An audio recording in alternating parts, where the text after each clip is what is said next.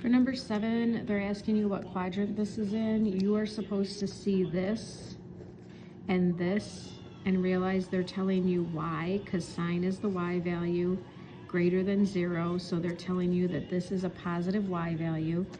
You're supposed to see this and realize that since cosine is an x and greater than 0 means positive, that your x and y value are positive. Since your x and y value are positive, you're going to be right here in quadrant 1. For this one, same thing. You're supposed to look at this, realize they're talking about y. Less than 0 means y is negative. Look at this, we're talking about x. Greater than 0 means it's positive. So a positive x, negative y is going to be right here in quadrant 4. For these next couple here, they're asking you to find the reference angle. Again, I'm not ever going to ask you to do that. I'm not going to ever just ask you to find the reference angle, but I will go through it with you. So here you have to first of all determine what quadrant 100 is in. It's in quadrant 2. The formula there for that quadrant is 180 minus 100 degrees, which is 80 degrees. For number 29, 2 pi over 3, again, determine the quadrant 2. Since it's in quadrant 2, the formula is pi minus 2 pi over 3. It's a different formula because this one was in degrees and this one is in radians. To subtract those, we got to get a common denominator, so we're going to take pi, put it over 1. The common denominator is going to be 3. We're going to multiply it by 3 over 3, and then we get pi over 3. What you're doing when you're finding a reference angle is you're finding an equivalent angle in quadrant 1.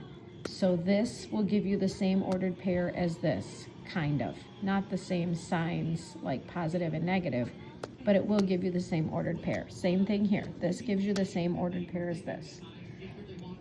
This one, before we can do our formula and figure out what quadrant it's in, I've got to make this into a positive angle. So I've got to make a coterminal angle out of this. So I'm going to add 2 pi to it.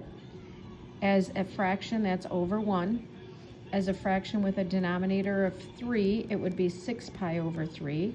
So that becomes negative 5 pi over 3. It's still not a positive angle, so I'm going to add another 6 pi over 3, which gives me pi over 3, and now it's in quadrant 1. I don't have to do anything else. That's the reference angle.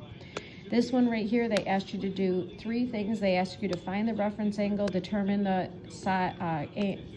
quadrant, the angles, terminal side it is in, and then find the sine and cosine. So first of all, 150 is in quadrant 2, so the terminal side is in quadrant 2. I needed to know that anyway in order to calculate the reference angle. This is the formula for reference angle. So our reference angle is 30 degrees. There's 2 of the 3 questions. The last thing it wanted to know was the sine of 150 and the cosine of 150, which is the same as finding the sine of 30 and the cosine of 30. Sine and cosine of 30 are both on my reference sheet. There's 30 degrees right there. There's my ordered pair, square root of 3 over 2, comma 1/2. Now that's the ordered pair for quadrant 1 for this guy, but I want to adjust that ordered pair to be in quadrant 2, which means my x value is going to be negative and my y value is going to be positive. Now I can go ahead and say what the y value is. That's the sine value, so 1/2. And what the x value is, that's the cosine value, negative 3 over 2.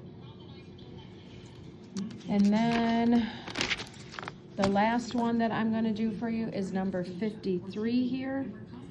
So number 53, they're asking you to find the cosine of t when you're given the sine of t. I did a couple of these in your notes. You're going to use the Pythagorean theorem here, which is sine squared t plus cosine squared t equals 1. We know what the sine is, so we're going to put negative 1/4 in there to replace that sine t. And then we're going to solve this for cosine t. So when we square this fraction, we're going to square the numerator and denominator separately. A negative times a negative is a positive, so we get 1/16. We're going to subtract 1/16 from both sides.